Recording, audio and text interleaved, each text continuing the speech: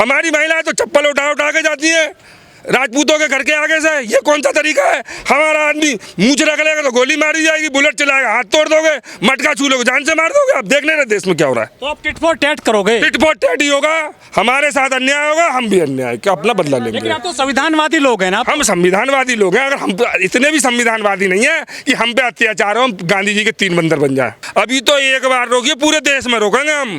देश हमारा है, मूल्यवासियों का देश। धमकी नहीं दे रहा हूँ, कह रहा हूँ, धमकी समझ ले। वो देश हमारा है, देश कानून से चलेगा। देश कानून। हमें क्यों नहीं दी परमिशन? हम भी रोक, हमारी रोकी, हमने रोक दी कानून से। उन्हें परमिशन, उनकी कहाँ परमिशन दिखाओ आप। अगर हमें परमिशन नहीं दी तो उनकी परमिशन मांगी हमने, नहीं मांगी। यही होगा, धार्मिक कार्य को परमिशन होती है। धार्मिक, हमारा भी तो धार्मिक कार्य है। हमारे भगवान है, बाबा साहब भगवान है हमारे। अगर हम उनका कोई आयोजन करते हैं तो हमें परमिशन किस बात की जरूरत है? क्यों मांगेंगे परमिशन जब उन्हें नहीं आवश्यकता?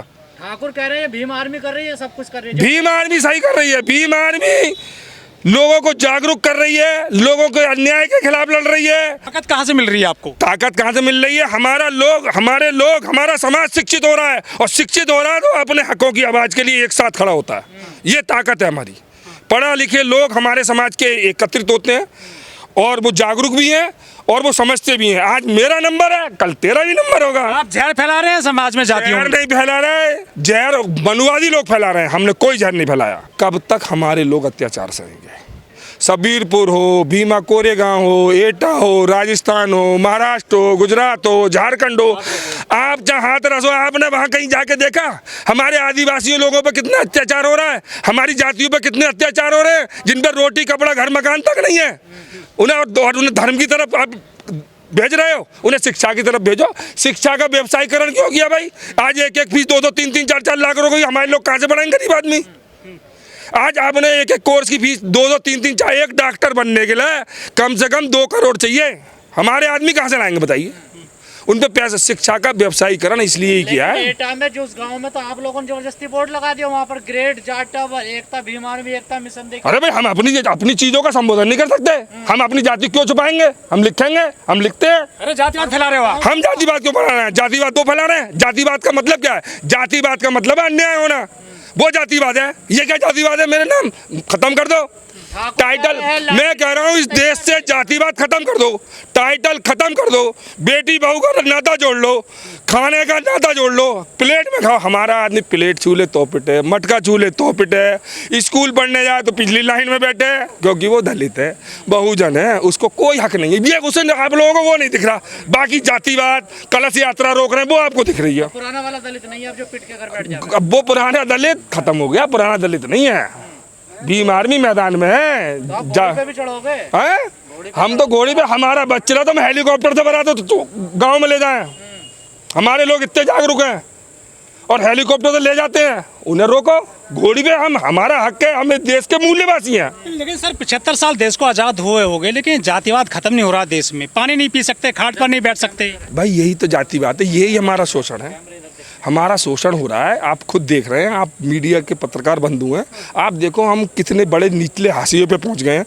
हमारे लिए शिक्षा खत्म कर दी, और जिससे हमें नुकसान है वो उन सारी चीज़ों को बढ़ावा दिया जा रहा है। और इन सारी चीज़ों को विश्वगुरु है, विश्वगुरु अमृतकाल चल रहा है। अमृतकाल चल रहा है। अमृतकाल है, ऐसा अमृतकाल तो और देशों में भी चल रहा होगा। दलित सीजीआई बन गए हैं, और क्या चाहिए आपको? दलित सीजीआई बन गए हैं, वो अपनी शिक्षा से बने हैं, सीनियरिटी से बने हैं, इन्होंने बना दिया। लेकिन ग्वालियर हाई कोर्ट में प्रतिमा नहीं लिखने दे रहे हैं बाबा साहब की। हम लगवाएंगे, 11 जून को वही जा रहे हैं। 11 जून को बॉस भी वहीं जा रहे हैं, भाई हमारे राष्ट्रीय अध्यक्ष चंद्रशेखर जी।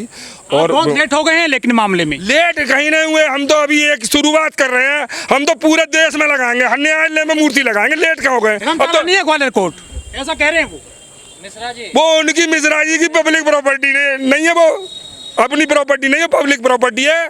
और बाबा साहब को सिंबल ऑफ नॉलेज के नाम से देश में जाना जाता है। उनसे ज़्यादा पढ़ा लिखा व्यक्ति इस देश में नहीं हुआ। और कानून और विधि वेदता थे, बढ़िया इकोनॉमिस्ट थे, सब कुछ थे। तो भाई जिसको विश्व जानना है, सिंबल ऑफ नॉलेज मतलब ज्ञान के प्रतीक हैं, उनकी मूर्ति नहीं लगेगी। बाबा साहब की पत्थर की प्रतिमा क्या दिक्कत करेगी उनके लिए? पुतले से क्यों डरते हैं वो लोग?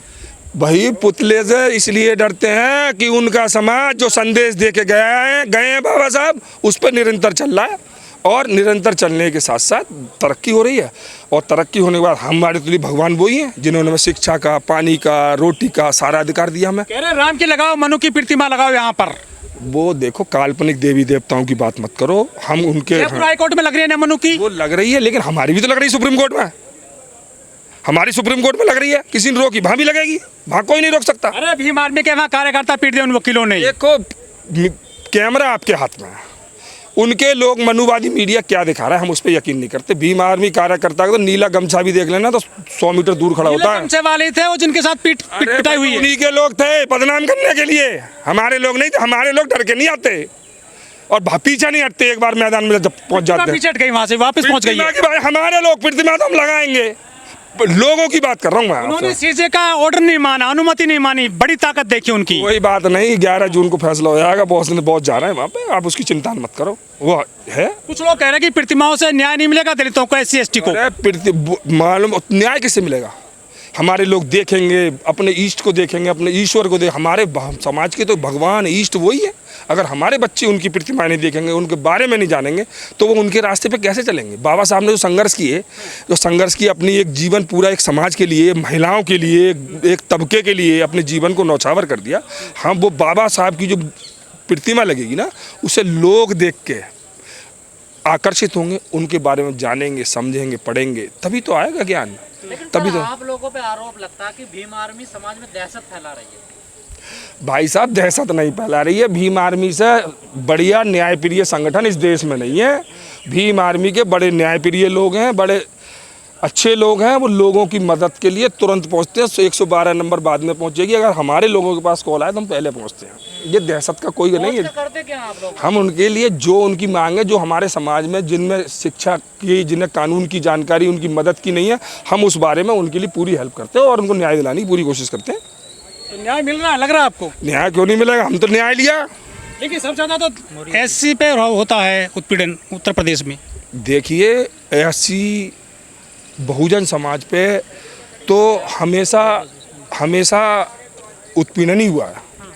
और उस छुटकारा मिलेगा क्या? उत्पीड़न मिलेगा, 27 में छुटकारा मिलेगा। सरकार बनेगी हमारी, भाई चंद्रशेखर आजाद जी। हाँ, खबरों को नहीं दिखाया जाएगा। जहाँ मान लीजिए किसी सवर्ण के साथ कुछ झड़प हो जाए तो वो आधी खबर दिखा देंगे कि झड़प हुई, लेकिन वो वजह नहीं बताएंगे क्यों झड़प हुई। ऐसे तो 50 वीडियो डेली के डेली वायरल हो रहे हैं जहाँ कथा भागवत में जो पंडित जी लोग हैं वो खुद आपस में भिड़ जाते हैं दक्षिणा के लिए, लेकिन उन खबरों को मीडिया नहीं दिखाएगा। मीडिया कौन सी खबर को दिखा? अभी देखो हाथरस में कितनी बड़ी घटना हुई थी। एक कोई कथा भागवत चल रही थी, वहाँ सैकड़ों लोग मारे गए थे, लेकिन उस खबर को मीडिया ने दबा दिया। ऐसी साउथ में भी बहुत सारी घटनाएं हैं जहाँ पे जाति वैमनस्यता फैलाई जाती है। कर्नाटक की बड़ी पुरानी घटना है कि एक दलित ने एक मंदिर को छू लिया। उस दलित के ऊपर दंड ये लगाया गया कि आप पूरे मंदिर को दोबारा पेंट करवाएंगे, दोबारा उसकी पुताई करवाएंगे। राजस्थान में एक दलित बच्चे ने टीचर के मटके से पानी पी लिया तो उसे पीट पीट के मार दिया। तो इस तरह की घटनाएं मीडिया को दिखानी चाहिए। मीडिया अगर दोहरा व्यवहार करेगा तो अब वैसे भी क्रेडिबिलिटी जो मीडिया की है वो गिर चुकी है। लोग वाग सोशल मीडिया पे विश्वास कर रहे हैं, नेशनल मीडिया को लोग अब देख ही नहीं रहे हैं।